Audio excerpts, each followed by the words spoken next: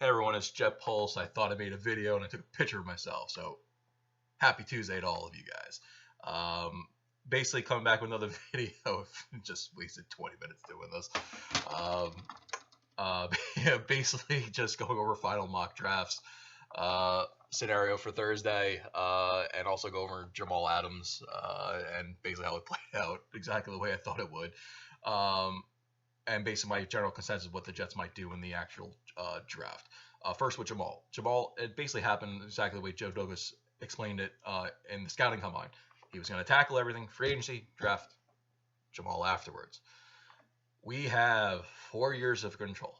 4. It's not going to change. Jamal can do what he wants. They have control. They're not going to get rid of him. If you look at the Steelers with Troy Polamalu and Ed Reed of the Ravens, you do not trade players like that unless you get some asinine trade, which is not going to happen here.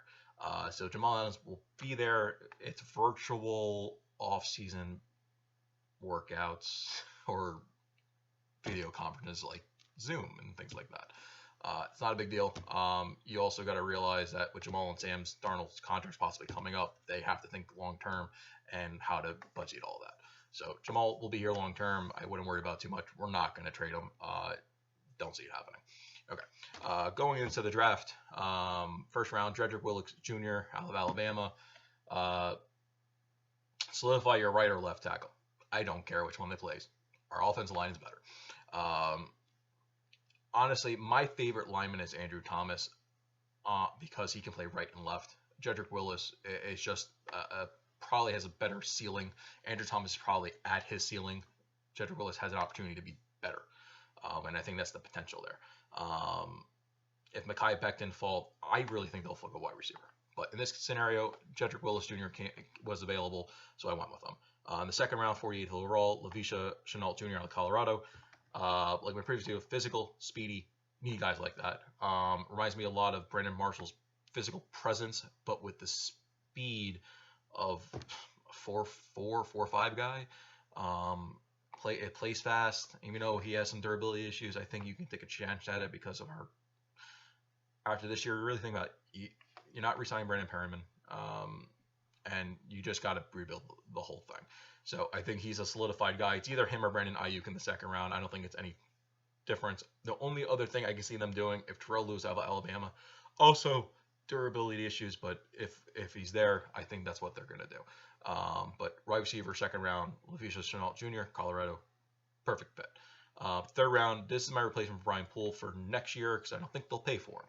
Amik Robertson, Louisiana Tech, best lock corner come out in years. I think, to me, you can be 4 deep if they sign Logan Ryan, which means you get Robertson to basically be tutelage by Poole for a year, which would be great. And Poole's going to be 28 after this year, I think. So you get younger, faster, and cheaper. In the 79th pick, everyone's favorite receiver is Michael Pittman Jr. Reminds me a lot of Mike Evans and possession receivers. Look at Keenan Allen's another example, but Pittman's a little smaller bulk-wise. But I think with that going on, I think that's a good one to Laval's Jr. Doing like an H-back role like a Numa did back in 2015, plus other variations of what he can do. With Pittman, Perriman, and Crowder, I think that's a great 4 receivers, and you pretty much, if everything works out, you don't have to worry about it for a little while, outside of bringing some guys in from time to time. Fourth round, Cam Akers, favorite running back in the draft. Look at his highlights. You won't be disappointed. My replacement for Bell. Always look a year ahead. Great compliment for this year with the offense, with him and Bell. Give Bell some rest because I think Bell's going to be a very big part of the passing game like he was last year, but probably for better production. Fifth round, Kenny Wilecki is out of Michigan State. Motor guy, doesn't stop. Reminds me a lot of Rudy. You should also watch Rudy if you haven't watched it, obviously. But one of those high character guys, motor, doesn't stop, plays every down, doesn't give up like other guys with talent that doesn't finish on the field. Sixth round, went a little unorthodox with this one. Went with Rodrigo, Blankenship kicker out of Georgia. The idea here is points. If anyone was there at the games last year, like I was at every single one, you had to deal with field goals and extra points being missed. I still think they'll bring a veteran in for camp if there is one, obviously.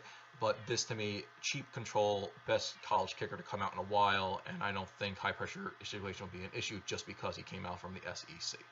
And our other 6th round picks, 212, AJ Green, tall corner out of Oklahoma State, just to solidify special teams and give another backup, basically. I think even if they sign Logan Ryan, I think they can change that up. But I'm going on the assumption that he's not there right now. But if he does come, it would be a perfect complement to learn and might have found a diamond in the rough. Last thing I want to discuss in this video, basically for the draft. I think the 11th, 48th, and 68th pick, we're going to stand pat. If you're looking at 79, I believe is our 2nd, 3rd round pick. 79 overall. I gotta look that up. Look for them to trade back. I think that's going to be the perfect spot for them to trade back, either with the Eagles or the Ravens for an additional 4th or an additional 4th plus. The 3rd, 4th, and additional, depending on what we can get in the draft. I think that's going to be a great scenario to watch on day 2 of the draft, which I think will happen. I think we'll come out of this draft with at least 9 picks. Even though everyone's going to be probably complaining that we traded back, I think you need to get better, faster, and more people, better opportunity. The line's going to be a lot better. The wide receiver core is going to be a lot better. I expect Sam to have at least 25 touchdowns this year. And that's pretty much it. I'll have some reaction videos for each draft pick coming up this week. I hope everyone has a good draft. Everyone's staying safe, and obviously, go Jets.